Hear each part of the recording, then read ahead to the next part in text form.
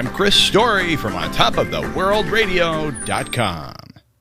He could hear children playing in the courtyard below. The sun was bright today, his apartment in constant shadow. From the open window came a slight breeze. Hank could feel the cool air on his skin. The wind carried with it the freshness of spring, and today Hank thought he could hear something besides the children's laughter.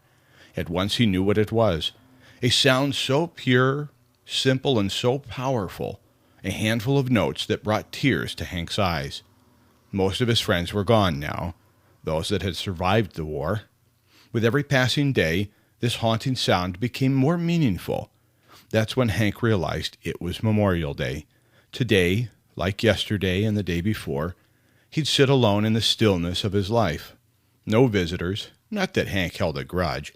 He knew his kids were busy and had lives of their own. In fact, Hank smiled thinking about how they were probably all gathered at the lake this weekend.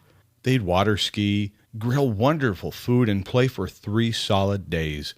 Hank was proud of his family, proud of the life that he and Helen had built together. He was at peace with her loss now. Truth was, she had never left the old veteran's thoughts. As though she were in the room, he would speak to her. "You hear that, Helen? They're playing taps." As Hank stood as straight as he could, remembering the boys he lost in his squadron, seemed like a lifetime ago.